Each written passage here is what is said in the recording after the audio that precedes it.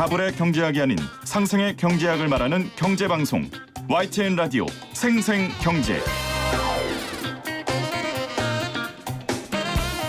오늘 가장 뜨거운 경제 뉴스를 제일 생생하게 전해드리는 시간입니다. 요즘 의류 브랜드들이요. 입던 옷 가져와라 라든지 아니면 더 나아가서 이 옷 절대 사지 마세요. 이런 메시지를 광고할 때가 있습니다. 기업이 환경운동가나 소비자운동가도 아니고 이런 말을 하는 게 순수하게 좀 전 안 보이더라고요. 깨어있는 소비자와 섬유 패션 기업은 지속가능 패션에 투자해야 한다라는 말도 나오던데 이게 가능한 말인지 아니면 이건 역시 하나의 트렌드인가 싶기도 하고요. 마크로밀 엠브레인 윤덕환 이사와 함께 이 이야기 나눠볼게요. 오랜만이에요, 이사님. 네, 반갑습니다. 반갑습니다. 올 때 그냥 안 오시고 트렌드 2021 모니터를 들고 오셨어요. 분명히 어제 트렌드 2020 모니터 주신 것 같았는데. 네, 1년 됐습니다, 벌써. 와, 시간이. 코로나19로 시간이 더 빨랐던 것 같아요. 올해는 순삭이네요, 그냥. 순삭이네요. 이 책에 당연히 코로나19가 바꾼 소비 트렌드가 반영돼 있겠죠? 네. 네. 이 내용으로는 저희가 곧 모시도록 하고 오늘 오프닝에 앞서 말씀드린 것처럼 옷 이야기를 좀 할 건데 제가 이사님을 한 2년째 같이 방송하고 있는데 폐할못 아니에요? 패션을 알지 못하는 사람? 뭘 놓고 보이는 라디오 보시면 아실 텐데. 아, 그러니까. 맨날 그쵸? 같은 옷인데. 그러니까요. 근데 패션 이야기 괜찮겠어요, 오늘? 뭐 저는 모든 걸 다 책으로 공부하기 때문에 괜찮습니다. 네. 알겠습니다. 네. 그러면 패션에 대해서 좀 아는 제가 패션에 대해서 전혀 모르는 우리 이사님께 트렌드로 이걸 분석해 주셨으면 하는 바람으로 좀 인터뷰를 해볼게요. 아까 제가 이야기한 것처럼 리바이스가 지난 7일 미국에서 중고 프로그램 리바이스 세컨핸드를 시작했어요. 도대체 이게 뭡니까? 이게 지난달 7일자로 발표를 한 건데요. 네. 리바이스가 청바지나 이제 재킷 이런 거 오래된 거 입지 않는 거 가져오면은 쿠폰을 제공한다는 거예요. 무슨 쿠폰이요? 그 뭐 재구매용 쿠폰이라든지 뭐 할인 쿠폰이라든지 이런 식의 이제 쿠폰을 제공해서 그 제품은 다시 리뉴얼 해가지고 수선해가지고 다시 판매하겠다는 겁니다. 아, 그러니까 제가 입던 아주 오래된 예를 들면 뭐 한 20년 전에 입었던 청자켓을 갖다 주면 그 쿠폰을 줘서 매장 안에서 새 물건을 살 수 있고 리바이스 측은 그거를 리폼해서 다시 판다고요? 다시 만든다는 거죠. 그 명품이나 그런 업계에서는 고가 제품을 파는 업계에서는 일반적으로 하는 그 마케팅이죠. 그렇군요.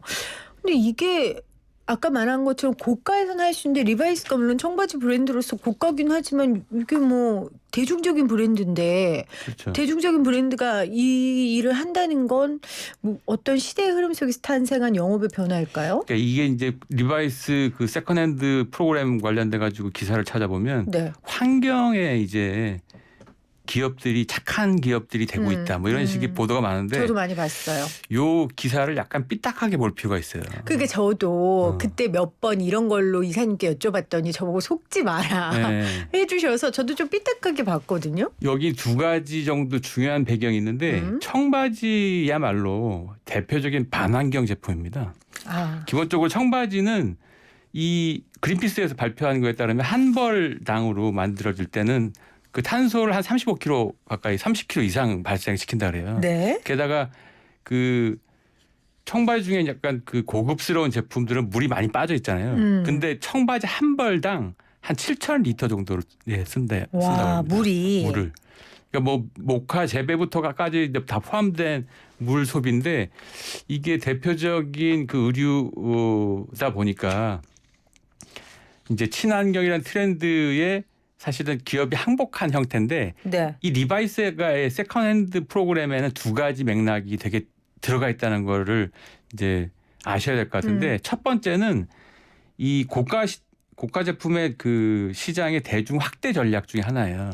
고가 제품을 대중화하기 위한 대중성을 확대하는 전략 중에 하나다. 근데 이렇게 하면 얘기 드리면 그렇게 생각하실 거예요. 지금 방금 말씀하셨던 것처럼 청바지야말로 대중적인 제품인데 그렇죠. 뭔 대중성 확대야? 사실 노동자들이 입던 옷이었는데. 그렇죠. 1970년대, 60년대는 리바이스가 노동자들에부터 시작된 건데 이게 왜냐하면 리바이스 그 가격표를 보시면 아세요. 그 대표적인 그 브랜드 모델 중에 이제 하나가 엔지니어드 진 501이라는 시리즈인데 요게 그 인터넷에서 찾아보시면 한 29만 9천 원 정도 합니다. 아, 되게 비싸죠. 그러니까 기본적으로 리바이스는 10만 원대 후반에서 맞아요. 40만 원대 가까이 되는 거예요.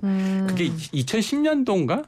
2010년도인가 11년도 그때 이제 국내에 또 유행했던 이론이 하나 있는데 뱅뱅 이론이라고 혹시 들어보셨어요? 뱅뱅은 알아요. 네. 브랜드 뱅뱅은. 사람들이 떠올리는 브랜드는 리바이스가 1등인데 사는 건 실제 매출은 그때 리바이스가 국내 매출이 한 1,000억 원대였거든요. 네. 그 뱅뱅이 2,200억 넘었습니다. 아, 그렇습니까? 근데 이제 뱅뱅이 지금 또 찾아보시면은 2만 원대 내외예요. 맞아요. 10분의 1 가격입니다, 거의. 그러니까 사실 사람들 머릿속에 있는 거랑 리바이스가 그만큼 강렬한 브랜드긴 하죠. 근데 얘네가 원래 있었던 그 노동자들을 위한 그 제품이었는데 그래서 데님이나 소재가 잘 이렇게 해지지도 않고 그 데님을 썼던 이유도 다 거기에 있었거든요. 그렇죠. 얘네가 1971년도에 상장한 다음에 이게 자본주의 시장의 논리대로 계속 가격을 올려야지 매출이 올라가니까 아하. 얘가 가격대가 계속 올라가서 결국은 대중한테 외면을 받고 1985년도에 상장 폐지가 됩니다. 아. 그러다가 작년에 2019년도에 재상장에서 성공을 해요. 아. 그 중간에 뭐가 있었냐면 이게 고가 지금 방금 말씀드렸던 것처럼 리바이스는 기본적으로 굉장히 고가의 청바지인데 네. 이 고가를 유지하려면 명품의 로직을 그대로 따라가야 되는데 명품은 기본적으로 희소성이잖아요. 그렇죠. 희소성이 이게 그 희소한 가치를 유지하려면 대중성을 같이 가져가야 돼요. 무슨 얘기냐면 희소하기만 하면 사람들한테 외면받아요. 그렇죠. 사람들한테 인기 있는 희소성이 돼야 돼요. 아이고, 어렵네요. 그래서 지금 사람들이 관심 있는 환경 이슈를 끼고 가야 된다는 거죠. 전략적으로. 자, 그러면 아까 전에 말씀하신 걸 좀 정리를 하면 지금 리바이스에서 리바이스 세컨핸즈를 만든 이유는 원치 않던 원하던 간에 리바이스가 너무 고가 브랜드의 이미지를 갖게 됐고 실질적으로 고가였고 물건들이. 근데 이제 다시 상장을 하면서 이제 좀 약간 대중화할 필요가 있어서 지금 대중들에게 관심 있는 이 환경 문제를 가지고 온 것이다. 환경 문제에다가 이게 중고 제품 리폼해서 판다는 건 그 자체로 오래돼도 이 제품의 가치를 유지한다는 신호를 주거든요. 아, 그렇죠. 그러면 명품이라는 이미지를 그대로 각인시킬 수가 있어요. 대중들한테. 맞아요. 그러니까 저 같은 경우에는 굉장히 저가 옷을 사거든요. 이 저가 옷은 몇 년 입으면 해져서 버리고 리폼하고 뭐 할 게 없어요. 원형이 변형이 되기 때문에. 그렇죠. 그래서 그만큼 리바이스가 굉장히 고가 상품이고 오래 가지고 가도 된다라는 이미지까지 같이 가져가는 그렇죠. 거다. 근데 지금 말씀하신 것처럼 환경 이게 요즘 ESG라고 하더라고요. 환경사회 지배구조 맞습니까? 네네네. 이게 굉장히 하나의 기업의 이미지 아니 이미지를 넘어서 생존이다라고까지 얘기하는 전문가들도 있어요. 환경 이슈가 이제 뭐 올해 같은 경우에는 50일 동안 비가 오면서 이게 지금 장난 아니네 이렇게 된 거죠. 이제 피부에 와닿게 된 거죠. 재작년에는 이제 쓰레기 수거를 안 하게 되면서 눈앞에 느껴진 거랑 맞아요. 비슷하게 이제 쓰레기를 담아낼 공간이 없다는 걸 생각하면서 근데 요거를 가장 민감하게 그 받아들이는 세대가 MZ 세대입니다. 밀레니얼하고 Z 세대라고 불리는 이 세대는 자기네들이 제일 오래 사니까 환경 이슈가 체감될 수밖에 없고 아, 그렇네요. 요 세대의 특성상 대중 소비의 중심 세대이자 미래 중심 세대니까 명품 시장이든 어떤 시장이든 간에 이 세대를 놓치면 안 되는데 이 세대가 환경 이슈를 가장 중요하게 생각한다는 거죠. 아. 얼마 전에 그 어디 신문에 일면에 보니까 그레타 툰베리가 그 환경운동가 2003년생 맞아요. 그 친구가 그 우리 대통령한테 이제 공개적으로 환경 운동 관련된 이제 편지를 보냈다 그러는데 그걸 한번 상징적으로 보여준다고 할 수 있겠습니까? 그러니까 소비 미래 세대 이 상품들의 소비 미래 세대가 관심 갖는 게 환경 문제고 실질적으로 이 문제를 해결하는 데 앞장서는 이미지를 보이는 게 굉장히 중요하군요. 그렇죠. 아, 고도의 마케팅 전략이 들어가 있는 거기에 거군요. 또 하나가 더 있는데 두 가지라고 말씀드렸는데 네네. 또 하나는 리셀러 시장이라는 게 있어요. 중고. 예. 리셀러 시장은 기본적으로 원래는 자기가 쓰던 거를 사서 이제 파는 시장인데 이게 글로벌하게 거의 43조 원대 시장까지 성장했습니다. 아, 그렇군요. 이게 문제가 뭐냐면 리셀러 시장이 커지면 커질수록 제조사와는 관계없는 시장이에요. 제조사가 통제할 수 없는 시장이 돼요. 아, 그러면 이 의류업체들은 굉장히 안 좋네요. 그렇죠. 그러니까 중고 마켓이 커지는 게 제조사들한테는 좋은 굉장히 소식은 안 좋네요. 아니에요. 기본적으로 통제권 바깥에 있는 소식이에요. 그러니까 이게 기본적으로 지금은 전문 리셀러가 탄생해가지고 리미티드 에디션을 1인 하나를 살 수 있는 건데 어떻게 하든지 이거를 다양하게 많이 구매해가지고 재판매 단가를 높여가지고 판매하는 시장이 됐는데 이 시장은 제조업체가 통제할 수 없는 시장이 되다 보니까 이 시장 안에 들어가려고 하는 거예요. 자기들이 통제할 수 있게끔 만들고 싶은 거구나. 리폼해가지고 다시 판다는 거는 그 시장 안에서 통제권을 유지하려고 하는 거고 최근에 현대자동차가 중고차 시장에 들어가려는 것도 그런 니즈도 깔려 있는 거라고 보시면 됩니다. 와, 지금 제가 머릿속에 막 떠다니던 블럭들이 탁탁 맞춰진 느낌이에요. 지금 분석을 해주시는 거 보니까 실제 요즘에 중고거래 사이트 당근마켓이 진짜 뜨고 있잖아요. 그렇죠. 그러니까 이 당근마켓은 일반 제조업체에서 껴들 수도 없고 컨트롤할 수 바깥에 있는 없으니까 시장이에요. 그럴 바에는 우리가 이 중고시장을 만들어 보겠다. 이런 전략이라는 말씀이시네요. 저희가 리바이스 이야기했는데 또 대표적인 이 친환경 기업이라고 소개되는 데가 파타고니아예요. 이 재킷을 사지 마라. Don't buy this jacket. 그러니까요. 이 재킷을 사면은 아무리 오래 입다고 버려도 3분의 1은 쓰레기로 남는다라고 본인들이 강조를 했고요. 본인들이 뭐라고 했냐면 자켓 한 벌에 들어가는 목화 생산에 135리터의 물이 소비된다. 재킷의 60%는 재활용 소재를 이용했지만 이 과정에서 약 9kg의 탄소가 배출됐다라는 메시지도 내놨어요. 근데 저는 이게 왜 이렇게 막 간질간질하죠? 그러니까 이게 지금 잘 보시면은 그 이번 춘하드라고 하는 그 파타고니아 창립자는 그러니까 파타고니아의 사례랑 리바이스 사례는 완벽하게 다른 사례예요. 다르구나. 비슷하게 보여지고 있지만 다른 사례인데 어떻게요? 이번 춘하드는 자기가 사회운동가로 시작했어요. 원래부터. 처음부터. 이 사람은 원래 산악인이었는데 산에 다니다 보니까 산에 사람들이 너무 많이 쓰레기를 버리니까 이걸 치우면서 이것을 지속 가능하게 하려면 사회적 기업 형태로. 그래서 파타고니아 처음 출발도 사회적 기업입니다. 아하. 처음 나왔을 때도 이 구호를 그대로 썼어요. 출발이 이 자켓 다르네요. 사지 마라. 출발이 다르죠, 아예. 네. 근데 원래는 이 자켓이 이슈가 굉장히 마케팅 바깥에 있다는 이슈다 보니까 정치인들이 좋아하는 이슈였어요. 미국에서는 공화당이나 민주당 다 어디도 속하지 않게 다 좋아했습니다. 굉장히 진보적인 이슈고 이 이번 춘하드라고 하는 지금도 돈을 많이 버는 걸 좀 부끄러워하는 사람이에요. 그러니까 이분이 매출 10억 달러를 돌파했을 때 이 이번 춘하드라는 분이 쥐구멍이라도 들어가고 싶다. 이게 많이 팔린다는 게 과연 좋은 일일까 이렇게 생각하는 거죠. 파타고니아는 1등이 아니라 지구를 되살리는 게 목표구나 했는데 그 얘기를 들으니까 조금 덜 간지럽긴 하지만 저는 그래도 간지러워요. 이 말이. 그렇죠. 제가 꼬인 겁니까? 비싼 거니까 그렇죠. 아니 그러니까 이게 23만 원 정도 하더라고요. 근데 이걸 만드는데 이게 왜 환경 제품이에요? 그럼 만들 때 뭔가 환경적으로 만드는 재료나 거예요? 이런 것들을 최대한 친환경적인 걸 쓴다고 알려져 있고 기본적으로 수선이나 이런 것들이 시스템 안에 포함되어 있습니다. 처음 출발할 때부터. 그래서 사실 리바이스가 따라한 거예요. 그러니까 여기에 반응이 있다는 거는 대중적 흐름이 이제 바뀌었다는 거고 그거를 그 몇 군데 고가 상품군들이 자기네 상품들의 브랜드 력을 높이기 위해서 이제 약간 모방하는 전략이라고 볼 수 있겠죠. 그렇군요. 우리도 이효리 씨가 이 옷을 입어서 굉장히 사람들의 관심을 받았는데 그러니까 파타고니아는 공정무역 친환경 소재로 유명하고 염색할 때 독성 물질을 쓰는 일 같은 걸 안 하는 거죠. 자, 스파 브랜드들도 이런 친환경 마케팅을 좀 따라하는 것 같아요. 저도 우리 H&M이나 자라 여자들이 많이 입는 그 브랜드들 보면 자라도 홈페이지 들어가 보면 좀 친환경적인 옷은 따로 카테고리가 있더라고요. 네. 특별히 요새는 어떤 브랜드가 더 잘한다라고 구분할 수 없을 정도로 대부분 다 친환경 카테고리가 다 들어가 있거나 기본 소재를 그렇게 하거나 최근에 핫한 그 패션 콜렉션에서도 재활용 섬유라든지 플라스틱 섬유를 이용해 갖고 아예 제품을 만드는 지속 가능 패션이라는 게 굉장히 중요한 키워드가 됐고 그래서 그리고 사실은 아주 일상적인 디테일이 훨씬 더 중요한데 예를 들면은 최근에 택배 같은 거 오면은 뽁뽁이가 이제 한 반 정도 없어졌어요. 종이를 이렇게 해가지고 만들거나 제가 어저께 책 하나 이렇게 구매해가지고 박스를 보니까 박스 테이프도 종이로 이렇게 했더라고요. 그러니까 그건 통째로 버려도 되는 거죠. 보통 이제 박스를 처리할 때 테이프를 다 떼고 해야 되는데 그걸 안 하는 사람도 많거든요. 근데 그걸 안 해도 되게 종이 테이프예요, 다. 테이프까지 종이로 돼 있는 거 보면 이제 굉장히 일상적으로 디테일이 바뀌고 있는 거죠.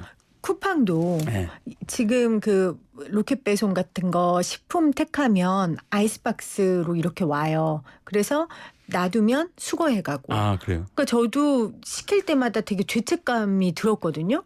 왜냐면 식품이다 보니까 이 청결함과 온도가 되게 중요하다 보니까 꽁꽁 싸매고 작은 거 시켰는데 막 2만 원 박스가 맞아요, 오는 맞아요. 거예요. 그래서 죄책감이 시달렸는데. 특히 계란 이런 거 시키면 장난 아니죠. 그러니까요. 근데 이제는 소비자가 선택할 수 있겠어요. 그래서 환경을 위해서 이 주머니를 선택한다. 그럼 이렇게 오게 돼 있어요. 그러니까 정말로 이게 패션뿐만 아니라 지금 말한 택배 거기다가 화장품도 네. 예전에는 그냥 식물성 뭐 이런 것들이 다 그냥 먹는 것만이라고 생각하는데 화장품도 요즘 그게 인기죠. 화장품도 뭐 이렇게 원료 자체는 조금씩 바뀌고 있는 걸로 알고 있는데 제가 그쪽은 문외한이라. 근데 이제 화장품 병이 재활용 안 되는 병 중에 가장 대표적인 거였어요.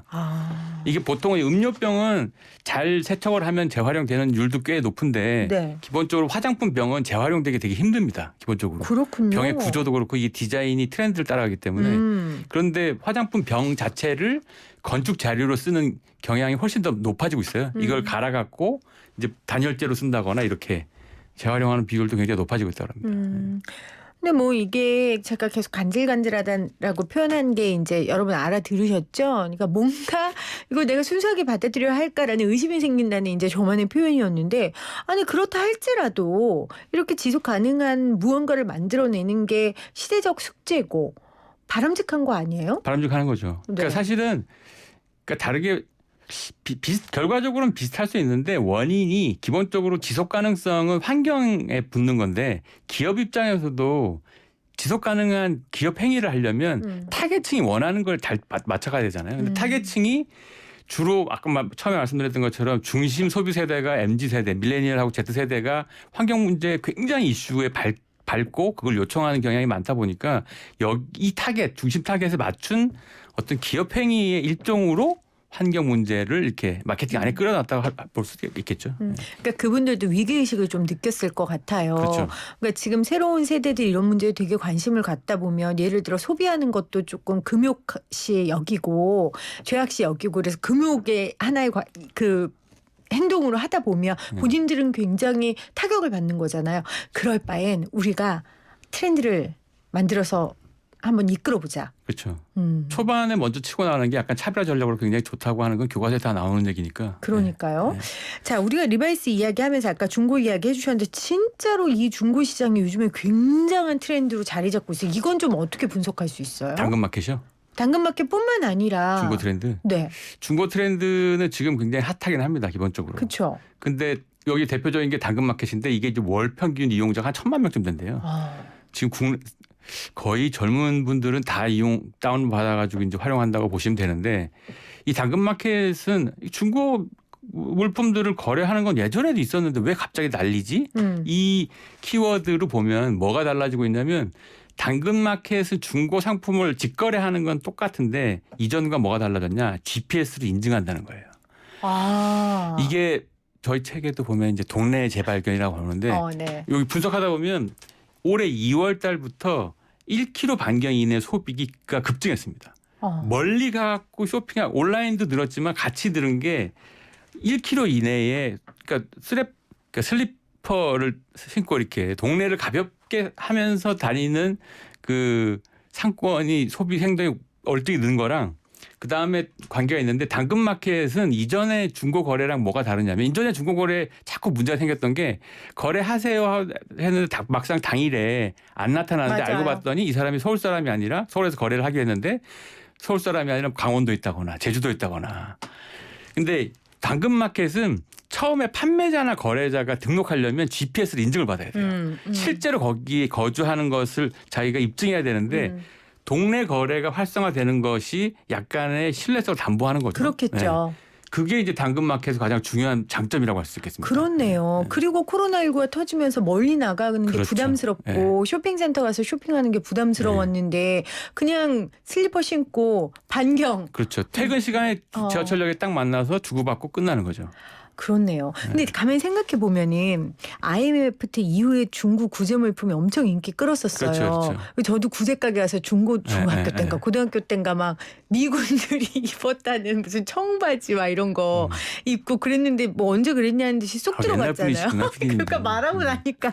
근데 지금의 이런 중고 시장의 강세도 그렇게 곡선이 꺾일까? 아니면 말씀하신 대로 지금은 이제 하드웨어가 받쳐주고 있잖아요. 그렇죠. 뭐 스마트폰으로 한다든지 어떻게 생각하세요? 저는 이게 IMF 때도 그렇지만 지금도 사람들이 평균 소득이 떨어지고 있는 건 사실이거든요. 그렇게 보면 돈이 좀 없어졌기 때문에 중고시장 활성화된다 이렇게 도식화하는 거에다가 플러스 예전과 다른 게 하나가 있어요. 그게 뭐냐면 비대면 상황이라는 거예요.